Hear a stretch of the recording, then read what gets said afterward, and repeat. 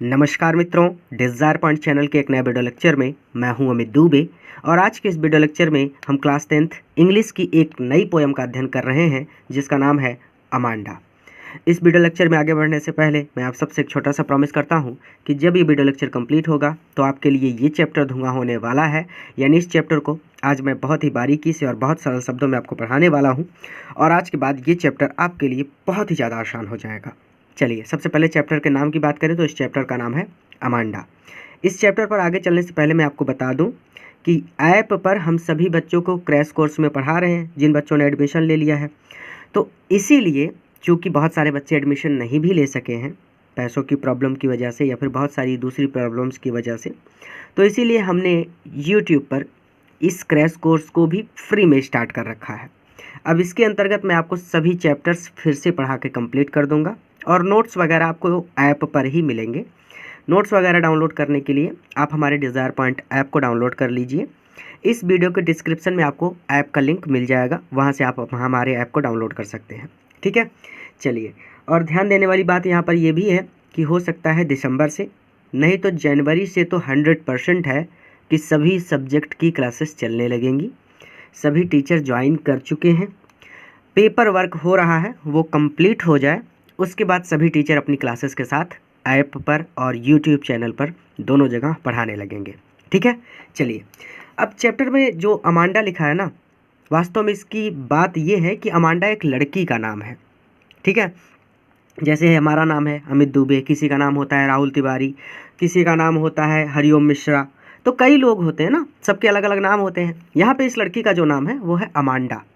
और इस अमांडा की कहानी ये है कि इसके माता पिता इसको कोई भी काम करने के लिए बहुत रोकते टोकते हैं। जैसे आप ही अपनी मम्मी से कहते हैं कि मम्मी मैं घूमने चला जाऊं, मम्मी कहती नहीं।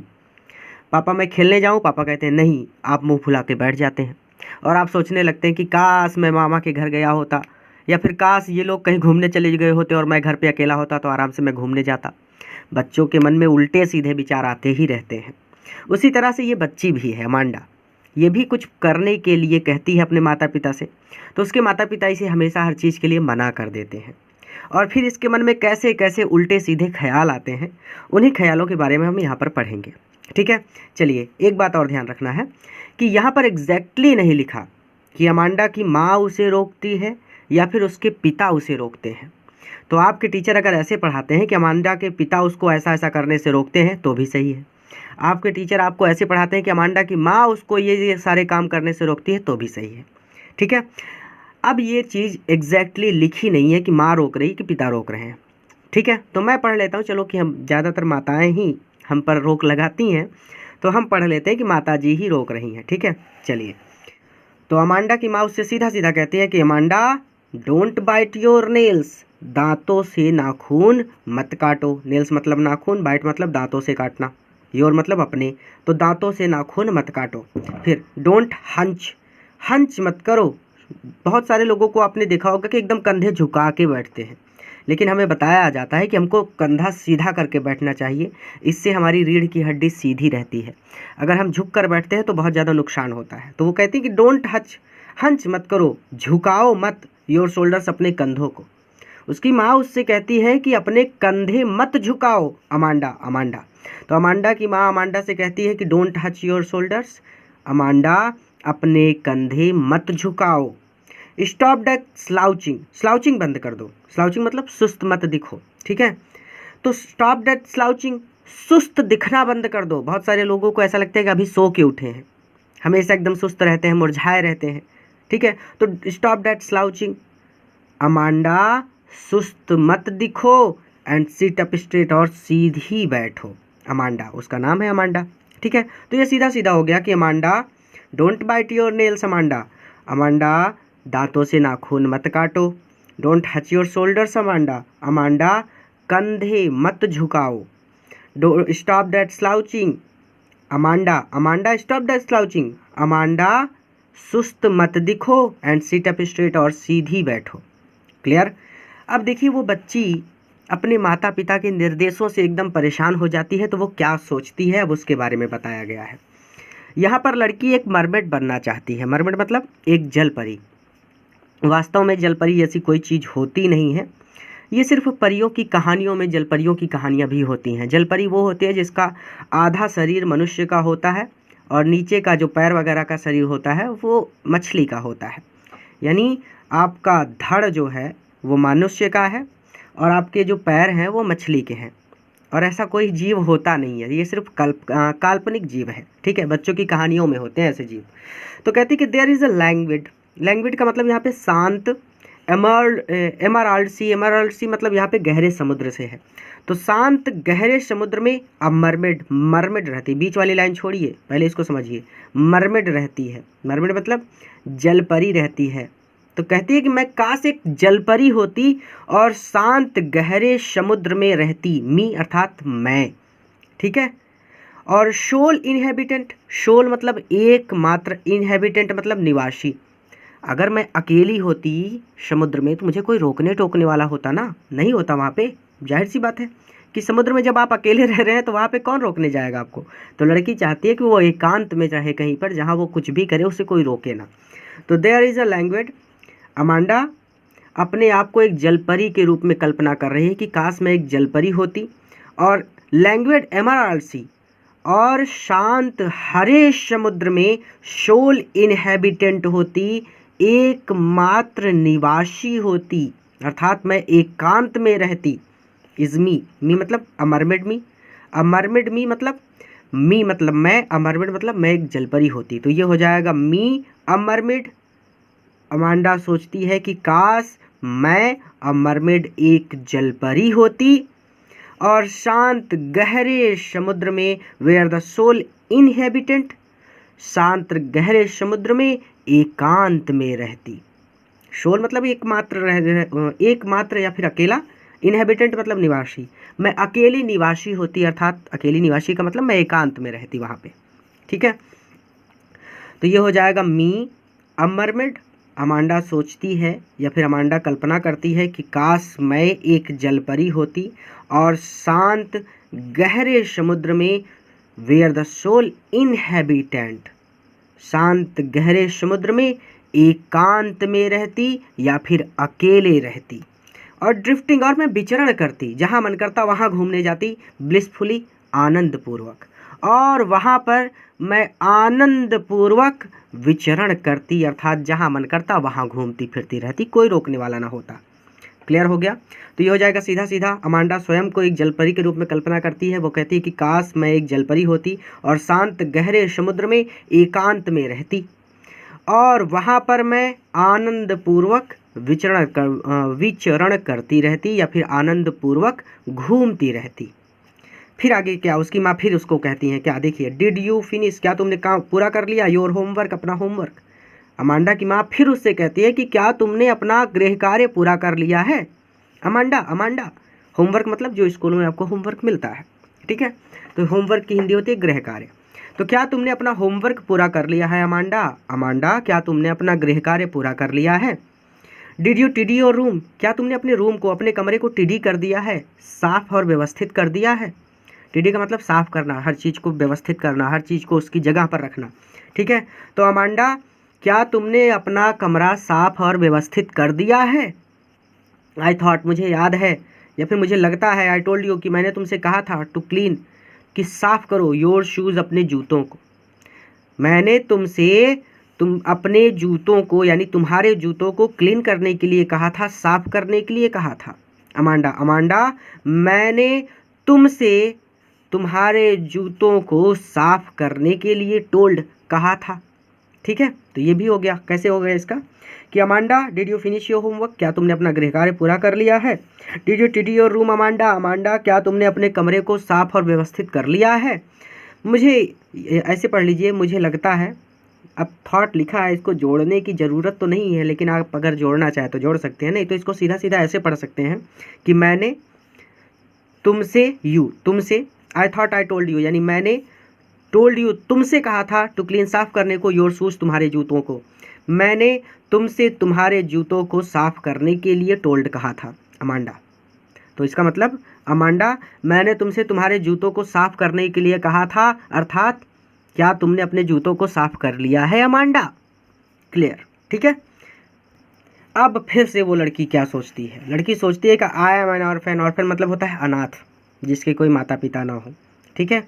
तो वो सोचती है कि आई एम एन ऑर्फन, काश मैं अनाथ होती। वो लड़की क्या सोच रही कि काश मैं अनाथ होती, रोमिंग और घूमती फिरती, रोम करती रहती, रोमिंग का मतलब घूमने वाला, और मैं घूमती रहती द स्ट्रीट, गलियों में, और मैं गलियों में घूमती रहती, अर्थात मैं गलियों में भटकती रहती। तो आई एम एन ऑर्फन, काश मैं एक अनाथ लड़की होती और गलियों में यूं ही भटकती रहती।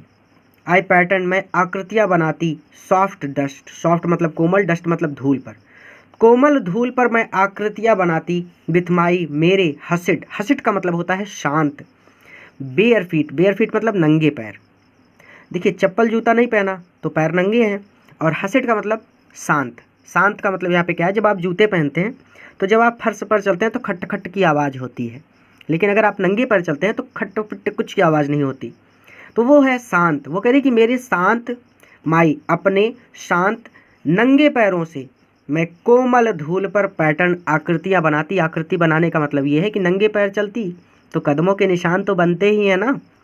जब आप अपने पीछे पलट कर देखें तो जहाँ से आप जाते हैं कोमल धूल पर, अर्थात मिट्टी अगर कच्ची है तो वहाँ पर आपके पैरों के निशान बनते हैं, ठीक है। अब silence is golden, the freedom is sweet. अब ये लड़की जो है ना, ये शांति और स्वतंत्रता चाहती है। वो कहती है कि शांति जो है, साइलेंस जो है इज गोल्डन, वो गोल्डन है। गोल्ड जो है सोना बहुत कीमती है, यानी मूल्यवान है। साइलेंस इज गोल्डन, खामोशी मूल्यवान है। फ्रीडम इज स्वीट, और स्वतंत्रता बहुत स्वीट है, सुखद है। मिठाई खाइए सुख मिलता है। तो लड़की सोचती है, अमांडा सोचती है कि काश मैं एक अनाथ लड़की होती और गलियों में यूं ही भटकती रहती, और मैं अपने शांत नंगे पैरों से कोमल धूल पर आकृतियाँ बनाती। अमांडा शांति और स्वतंत्रता चाहती है। वो कहती है कि शांति जो है वो मूल्यवान है और स्वतंत्रता सुखद है। अब फिर उसकी माँ क्या कहती है कि डोंट ईट, मत खाओ, दैट चॉकलेट, चॉकलेट, चॉकलेट मत खाओ अमांडा, अमांडा, अमांडा चॉकलेट मत खाओ। रिमेंबर योर एक्ने, एक्ने मतलब होता है पिंपल्स, आप लोग अपनी भाषा में बोलते हैं। एक्ने का मतलब होता है पिंपल्स, पिंपल्स की हिंदी होती है मुहासे। रिमेंबर योर एक्ने, एक्ने क्योंकि तुम्हें मुहासे हैं, तुम्हें मुहासे निकले हुए हैं अमांडा, अमांडा तुम्हें मुहासे निकले हुए हैं। Don't eat that chocolate, Amanda chocolate मत खाओ, ठीक है। अमांडा क्योंकि तुम्हें मुहासे निकले हुए हैं, डोंट ईट दैट चॉकलेट, इसीलिए चॉकलेट मत खाओ। विल यू प्लीज़, क्या तुम कृपया, लुक देखोगी, एट मी मेरी ओर, क्या तुम कृपया मेरी ओर देखोगी।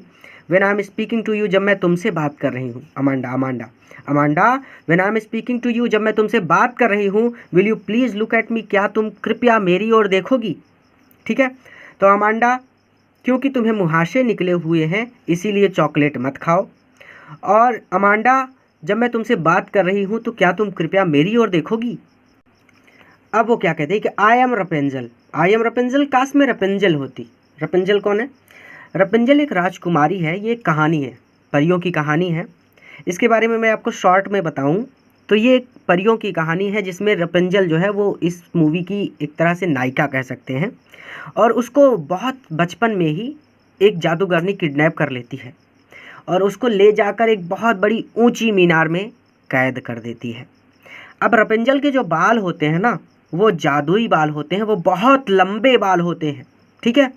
और उस ऊंची मीनार में आने जाने का केवल एक ही रास्ता था कि अगर आपको ऊपर जाना है तो रपेंजल अपने बालों को नीचे गिरा देती थी, और रस्सी की तरह उसके बालों को प्रयोग करके कोई भी व्यक्ति ऊपर चढ़ सकता था, और अगर नीचे आना है तो वो फिर से अपने बालों को नीचे गिरा देती थी और उसके बालों को रस्सी की तरह प्रयोग करके कोई भी व्यक्ति ऊंची मीनार से नीचे उतर सकता था।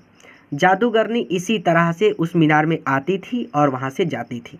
अब रपेंजल की कहानी अगर आप अच्छी तरह से जानना चाहते हैं तो एक मूवी है, टैंगल्ड शायद नाम है, मुझे याद नहीं है, मैं उसका स्क्रीनशॉट लगा दूंगा। ये जो मूवी है देखिएगा, बहुत अच्छी मूवी है, ठीक है, आपके लिए अच्छी मूवी है और देखिएगा, इसके लिए आपको रपेंजल की कहानी पूरी तरह से पता चल जाएगी, ठीक है। तो वो कहती है कि आई एम रपेंजल, काश मैं रपेंजल होती। काश, वो एकदम से ऊब गई है, परेशान हो गई है अमांडा जो है, अपने माता पिता के निर्देशों से एकदम ऊब गई है। वो कहती है कि आई एम रपेंजल, काश मैं रपेंजल होती। I have not a care, और मैं नॉट अ केयर, मुझे किसी चीज़ की परवाह न करनी पड़ती, अर्थात मैं एक निश्चिंत जीवन व्यतीत करती। उस ऊंची मीनार में रपेंजल अकेली रहती थी, वहाँ पर कोई नहीं था उसको रोकने वाला, तो एकदम निश्चिंत जीवन व्यतीत करती थी, अर्थात उसको कोई कुछ नहीं बोलता था वहाँ पे। तो I have not a care, तो मुझे किसी की परवाह नहीं करनी पड़ती, अर्थात मैं एक निश्चिंत जीवन व्यतीत करती। तो काश मैं रपेंजल होती और मैं एक निश्चिंत जीवन व्यतीत करती। Life in a tower, tower का मतलब ऊंची मीनार में। लाइफ इन अ टावर, वो एक ऊंची मीनार में रहना चाहती है। और ट्रैंक्विल, ट्रैंक्विल का मतलब यहाँ पे सीधा सीधा है शांत। एंड रेयर, रेयर का मतलब दुर्लभ, जहाँ पर जीवन बहुत शांत होता है। और दुर्लभ का मतलब यहाँ पे अच्छे से है।